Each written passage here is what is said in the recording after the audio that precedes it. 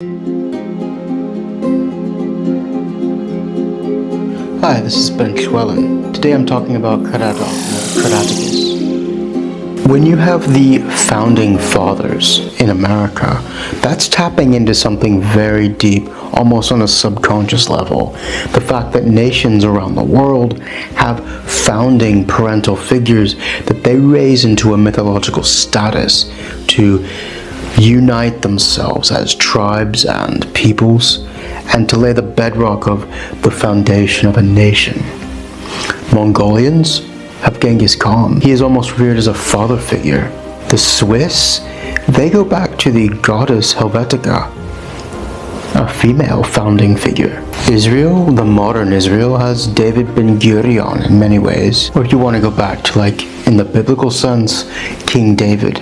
In Rome, you have the foundation of Rome by the twins, Romulus and Remus. There's a myth around that. And in North America, the Cherokee, you get this man, Sequoia, who basically created the Cherokee alphabet, and this is a re-foundation of Cherokee identity. One thing that the Welsh, Cornish and Breton, the Celtic family branch of the Brythonic languages, doesn't do as much, and I think we should encourage, is to lay down this foundation myth as something that unites these three peoples into actually being a nation of their own.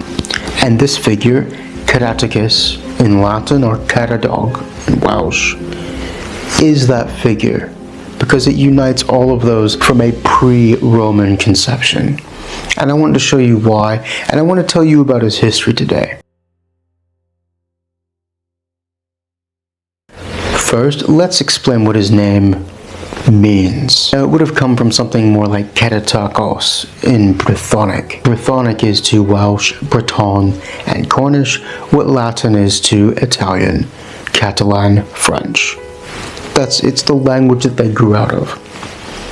And so what this meant is loving, beloved friend. That's what his name means. And you get this in Welsh later on, which I'll get into. In the Breton language, this name would be Caradog. And in Cornish, something like Caradog. There's different names that pop up for the Cornish people in that. So let's go into the origins of his life and where he comes from. He came from a Katuvellani tribe, a Brythonic tribe, pre-Roman, that was beginning to expand in the 1st century BCE. Julius Caesar was the first Roman to invade Britain, and he was stopped by basically burning ground tactics by this tribe, the Katuvellani. And their leader, who was able to push back Caesar or stop him from advancing further, Caesavilanus, gave us the name today in Welsh, Cadwallon. So there's an echo here from a very early period that the Britons have had a continuation from this time. Going forward, there was a king that came along named Caenobilinus. And let me break it down to his name. Cuno means dog, and in Welsh, cwn is dogs, ci is dog, and ci is dog in Breton as well. Cu is dog in Irish. So you can see how that's definitely related. And then Belinos meant strong as or strong. So what we have probably in Cunobelos means fierce, strong dog, was what his name meant. And he had sons. One of his sons was Caradog. And he was aware of his ancestor fighting Julius Caesar, and he made sure that his sons were educated about Rome, especially Caradog, or Caratacus. We're going to carry on with calling him Caradog. That's the Welsh name, and that's the language that I'm most familiar with in this context, though having studied Latin really does help, because the Romans won. This Katuvellani meant the battle excellent ones, and Catu, you have a cognate in Welsh today, cad, means battle. Cadi means to battle, to go into battle. So you can see there's a direct lineage here of these word roots that connect to the modern Brythonic languages. Cunobelennos was quite wise. He expanded his kingdom and he moved to the east and captured what would be present-day Colchester from the Trinovates. And he began to move west. This tribe of him was situated to the north of the River Thames, in quite a strong position, and they built their capital around what is today called St. Albans. And this is a very beautiful place if you ever had a chance to go there. The Romans, who after they defeated these tribes wanted to solidify their conquest, built what would later become St. Albans, near to where the capital of the Katuvellani had been, as, well, a propaganda statement. In ancient times, you built things on top of older people's settlements to say, the power now lies with us. But back before the Romans had come, the Katuvellani were expanding. And this king, Cunobellos, was aware that he was creating enemies around his periphery as he expanded, and he did not want them, those enemies, to go to Rome and ask for help. So he did two things. One, he kept very good relations with Rome, and he only attacked his enemies when the Germanic tribes to the east of the River Rhine and the Roman province of Gaul defeated the Romans occasionally. Says he did not want to offend Rome when it was strong. He only expanded when he was sure that Rome would not attack him. The second thing he did was that he made sure that Caradoc spoke Latin and knew how the Romans operated and worked. He was preparing his sons to fight them from an early age, and he allowed Caradog to be the protege of his brother and Caradog's uncle, Epatiku. Let me run through what this word means, and this is quite interesting. That ku at the end is probably cognate with ki in modern day Welsh, which means dear or loved. And in Middle Cornish, you have a word eviter, and this is a word for uncle. And it's interesting that this is ep, because this would have been translated and brought down through to us via Latin. And the Latins, when they were transcribing Brythonic sources, often hardened syllables. So this was probably more of a b sound. And in Welsh, uncle became ewither. So this may just mean dear uncle. That's what it probably means, dear uncle. And this may have been that Caradog was addressing him as such. He loved this man, who taught him how to wage war and expanded their kingdom, and they attacked a tribe called the Atrebates. And what this means is the dwelled ones, the ones who own settlements. And this is linked to the word in Welsh, trefydd, townships. And you can see how that relates. There's that B in the F, which is a V sound. That hardening and softening of letters in the middle is something that Latin has imposed into Welsh and Cornish, that those two got mixed up because of that hardening in the cases of Latin. Cunobellos reigned from the year 9 in the Common Era to the year 35. And through this time, Epatiku was teaching Caradog how to wage war and how to govern, how to communicate with Romans. Now, after Cunobellos died, Caradog was not able to hold on to the Atrebates territory in its entirety. They regained some, and there was some back and forth warfare. Then, Caradog amassed a larger army and invaded and took present-day Silchester, and the king of this group, the Atrebates, fled. His name was Verica. Verica in Latin, there's that B and V shift, and it probably means some cognate with the word beru, boiling.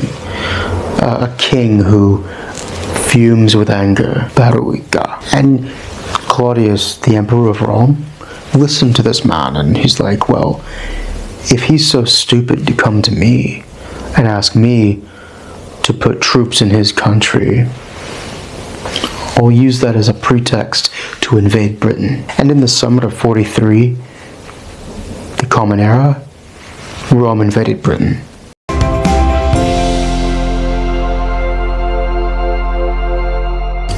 Rome invaded in two main waves. The first, the biggest, the sharp troops came up through Kent, and this was the prime invasion force. And Caradog and his brother Togodumnus assembled an army to fight these guys.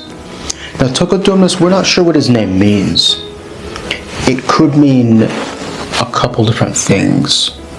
It could mean the guy who has the big axe, or it could mean the leader who is deep with skills. I like how these names sound quite Native American in some way, and show a connection with the land and almost like spiritual values. In any case, these guys, they had planned to meet the Romans, at the beach and stop them there. But there was a mutiny in the Roman camp on the other side of the channel. And so these two brothers, they thought, well, the Romans aren't coming. So they began to move their army back toward their base, north of the Thames. Big mistake. The mutiny was turned around and the Romans decided to invade anyway. Now you have to remember, for the Romans, this was a scary, mystical island full of beasts beyond the edges of the world. This was scary, as Britain for them was nightmarish. Okay, this was beyond the unknown. But they came anyway, and they invaded, knowing that it had lots of metal resources and slaves to harvest. And these two brothers met them at the river Medway. Now let me show you what this would have been in the Brythonic language, Vaga. That would have been the name of the river. The Med bit was attached later on by the Saxons. Vaga would have evolved to become in Welsh something like Guiga, just according to what phonology changed into. And at Medway, this was a significant battle. It lasted 2, maybe 3 days. And in ancient times, multi-day battles were very, very rare. It only happened a few times during this era that battles lasted that long. So we had a significant native British force coming up against these Romans, and it appears that the Britons almost defeated the Romans in this battle. They nearly captured a captain that the Romans charged with. This may be propaganda from the Roman sources, however, Tacitus did like to give historical propaganda benefiting Rome. However, we think this is relatively accurate. At one point, it appears that the Romans almost lose this battle. There was a stalemate on the first day of the battle. No side had the upper hand. On the second day, it appears that the Britons almost win, but the Romans are more disciplined in terms of what would then be modern warfare. The Romans were staggeringly technologically advanced for these people, and they couldn't match their shield arrangements and their cavalry and their amphibious landing equipment. It was quite advanced weaponry for these Britons, and they lost the battle, but they managed to escape and they withdraw back to the Thames. Now there's two ideas here. There may have been a power struggle between Caradog and Togodumnus. That's one theory. What we tend to think usually is that these brothers were working together to fight the Romans, and that Togodumnus was in charge of the battle on the Thames, and that Caradog was moving to get a more organized army and come back. In any case, the Romans got to the Thames faster than they anticipated and defeated them at the Thames, we think. Again, that's one theory. It could be that Togodumnus turned around and worked with the Romans. We don't know. He either vanished or became a sub-king. In any case, the Romans advanced on the capital, where near present-day St. Albans, and Caradog fled west. He began organizing tribes into guerrilla resistance. He began launching hit-and-run tactics. And then he gradually moved to the Silures in present-day Wales, and a bit over on the English side. Their territory was quite big. I'll put it in a map here. And their name is quite interesting, Silures. I wish we in Welsh would call them what they are, and what it means is Hiloria. Hill, race or kindred, of, Ria, kings. There was a sound shift between S and H, so the name of this tribe was the race of kings. That's pretty cool. So why don't we just use that in Welsh, guys?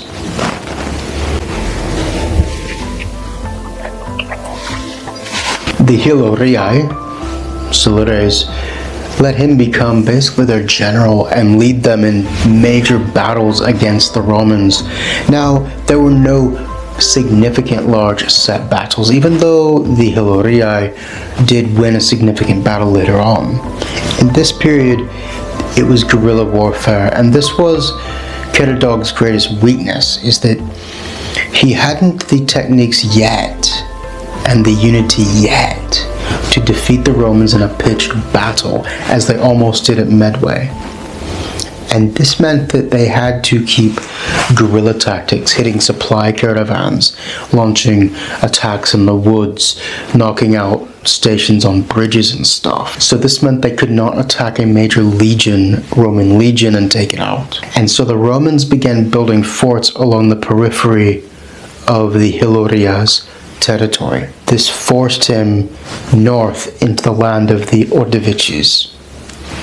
Let's examine what this name means. Ordovices.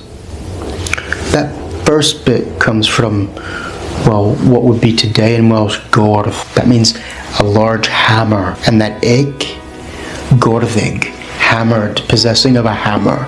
And the es would be uis. So in Welsh today would be gorfiguis. The people of the hammer, the hammered ones, the people of hammers. I like how these names actually mean something. It's not just a random word with no connotation. And anyway, the Ordovices, or the Gorfiguis, enabled him to lead them in several major confrontations with the Romans, but he never had major set battles, and he realized this, and he began to think of himself as the way to achieve victory is we have to have an all-out victory, or know that we're going to be these people's slaves. And that's what he went around saying. We think that we need a major confrontation, or we're just going to be slowly pushed out of existence by this large empire, like I mentioned with the Hiloria, the Silures. And so Scipula became the governor, or a leader in Britain at that time, on behalf of the Romans, and Caradog wanted a direct battle with him, but Scipula was trying to get that battle with him earlier than Caradog was prepared for. And they met near the river Havren. That's Severn in English. That S and H shift, like Hiloria, Silures. And Caradog put a defensive perimeter on a hill near Caradog today in Shropshire, which in Welsh is Arymwythig, the blood-soaked battle place, basically. And it's interesting that it's named that, probably for things later, but, you know, maybe there's some memory here, I don't know. In any case, there was a pretty significant major set battle here, and the Britons lost. Caradog had his family and his wife taken from him by the Romans, and that's an interesting point because he had his family with him through this near 10-year guerrilla warfare struggle, which meant he was enacting in diplomacy, being a general, organizing guerrilla tactics, and being a father and a king, basically, all at the same time. This was quite a significant man. But after the battle, he fled north to the Brigantes tribe. And what this means is Highlanders, or perhaps the noble ones. And we get several words from this Brigant bit at the beginning today in Welsh. Braint means privilege, prestige. Bri, renown, or fame, honor. In Cornish, you get bre, which is a hill. You get that in Welsh and Older Welsh too, but it's mainly more in Cornish. You get words like brigo, like to sprout at the treetops or to come to the surface. Brig, the twigs at the top of the tree. So these are two connotations that come out of this word from the Brigantes, meaning high and noble with prestige, but also the upper bits, upland. In any case, he went up to them in the Peak District of North England, hoping that he could organize something with them. There had been rebellions in their territory wanting to side with him before, but the queen, Cartamandua, was loyal to the Romans because it benefited her politically. And her name, Cartamandua, Cart is related to the Welsh word today, gyrru, to drive, like you drive cattle or horses. And the last bit of her name, Mandua, is a type of small horse, a young horse. This may be a name describing a warrior queen in a chariot driving horses. That's pretty cool. In any case, she had Caradoc put in chains and delivered to the Romans. That's quite brutal, but don't worry, she would get smacked and arrive into a bitter end later on in history. In any case, he was in the hands of the Romans, in chains, and they decided to take him all the way back to Rome. And the story does not end here. Emperor Claudius had him brought forth to him, and they were taken aback that he could speak Latin so well. You remember what I said about his father ensuring that his sons were educated about these enemies and people. And that Emperor Claudius allowed Caradog to give a speech, which is the first recorded speech that we have of a native Briton. And this is what he had to say. According to the historians Tacitus and Cassius Dio, Caradog said, "If the degree of my nobility and fortune had been matched by moderation and success, I would have come to this city as a friend rather than a captive, nor would you have disdained to receive with a treaty of peace one sprung from brilliant ancestors and commanding a great many nations. But my present lot, disfiguring as it is for me, is magnificent for you. I had horses, men, arms, and wealth. What wonder if I was unwilling to lose them? If you wish to command everyone, does it really follow that everyone should accept your slavery? If I were now being handed over as one who had surrendered immediately, neither my fortune nor your glory would have achieved brilliance. It is also true that in my case any reprisal will be followed by oblivion.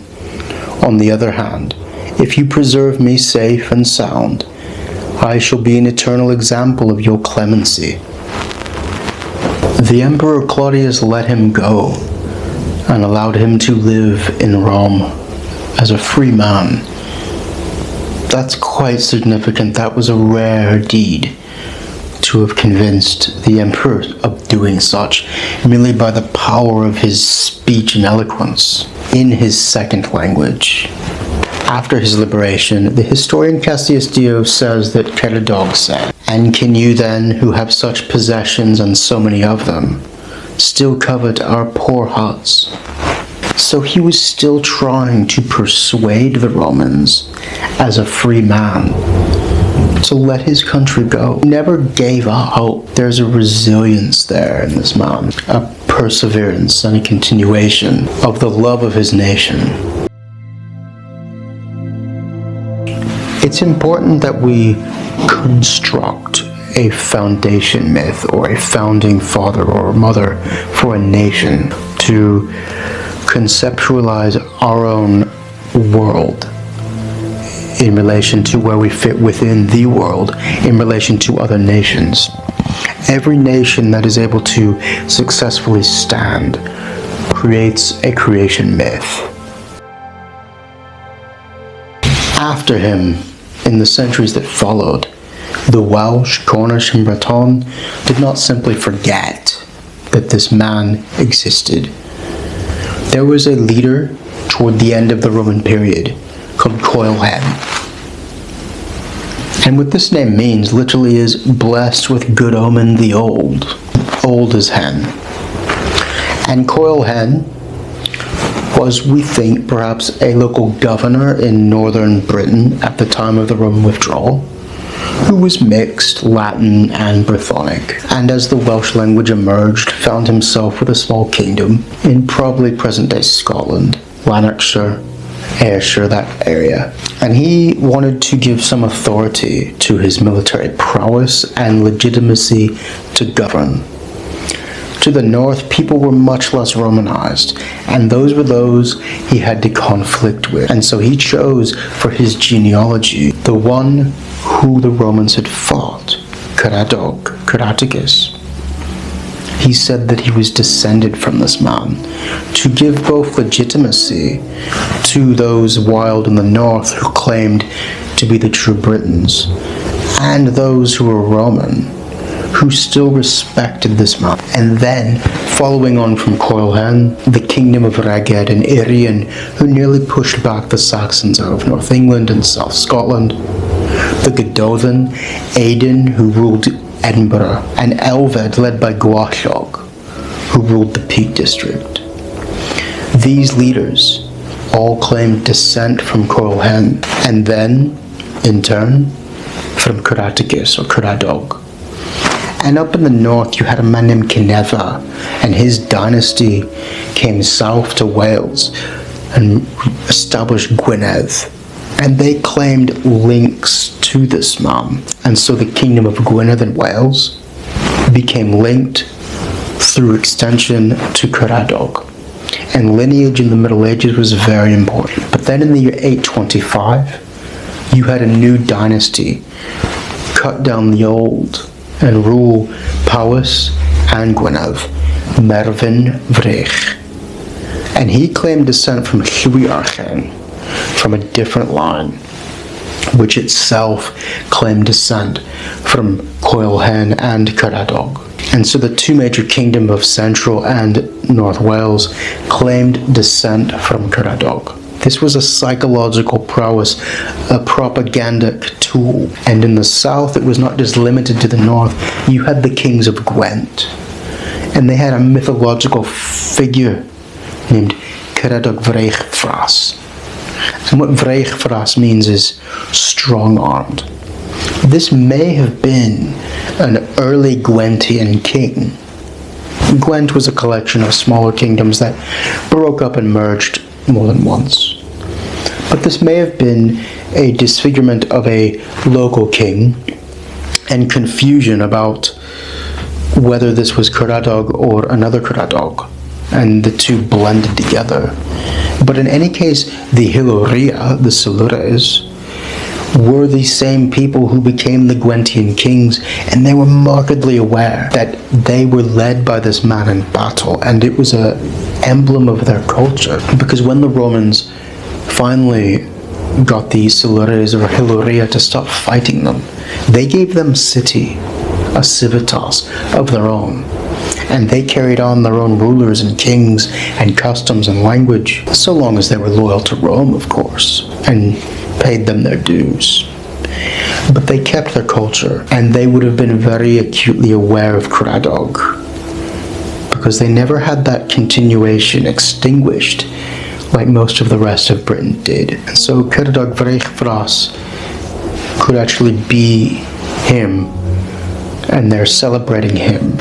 In Brittany, across the water, you have an area called Browenned, and this is said, get this, to have been founded by Caradog Vrechfras. So he couldn't have been both the king of Gwent and the king of Browened. Browened was a kingdom in its own right for a couple centuries, and so we have kind of a propaganda tool going on, in my opinion, claiming that historical right. And so we have some serious thought may have gone into saying, well, what should the foundations of our kingdom be according to legend? This was quite a prosperous kingdom for a while, so they knew what they were doing. I think this was both of them harking back to Caradog, who fought the Romans, Caratacus, and saying, this is going to be our foundation myth. Let's lay the base with this man. And then later on, through French, the Britons seeded a new, Arthurian mythological cycle.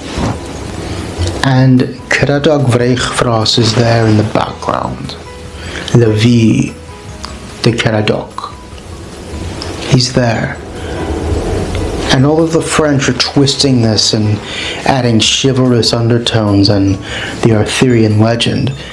The fact that Caradog is one of the knights at this table and always present there in the distance means that the native Britons did not forget that this man existed. It was a heritage that they wanted to keep, even though they may have lost the original meaning. We who know the original meaning today, because of historical evidence, can give more of a firm base to that legend and make it more of a national foundation. And Cornwall, there's not so much evidence here across the water in Cornwall because, they were extinguished as an independent kingdom much earlier. But you do get odd instances of Caradoc appearing at a very strange moment in history. According to Geoffrey of Monmouth, which was, let's be honest, fictitious quite often. But he chose to put Caradoc at the end of the Roman period, at the exact moment when they would have been withdrawing from Britain. That's quite auspicious. And then you get him earlier in Demonia, Caradoc, in the 3rd century, and later in the 9th century. So this name keeps appearing. And then later on, some of the last rulers claiming Cornish kingship, Caradoc. And we know that the Cornish language went through a severe phase of shortening sounds, of shortening words that Breton and Welsh didn't quite do. And I think Caradoc became Caradoc. It fits the phonological changes which Cornish was pressurized into from its shrinkage. So these three nations have something deeply in common from this historical root, a unifying mythological and historical figure. They can proclaim they are one nation and one people through. They are the Britons. Celtic doesn't really mean much. It's just, as J.R.R. Tolkien said, in better words than I can state here, it's just a magic bag that you put things in, and it doesn't really mean any true sense. But if you say Brythonic, what does that suggest? That suggests a collective entity that has a historical past. And Caradog is the first recorded Briton that we have a recorded speech of. And so that is a good foundation to say this is the father of our nation, or our nations, plural, if we were a pan-Brythonic people, one. I hope you enjoyed this content, and we will see you in the next episode next time. Diolch yn fawr. Thank you very much.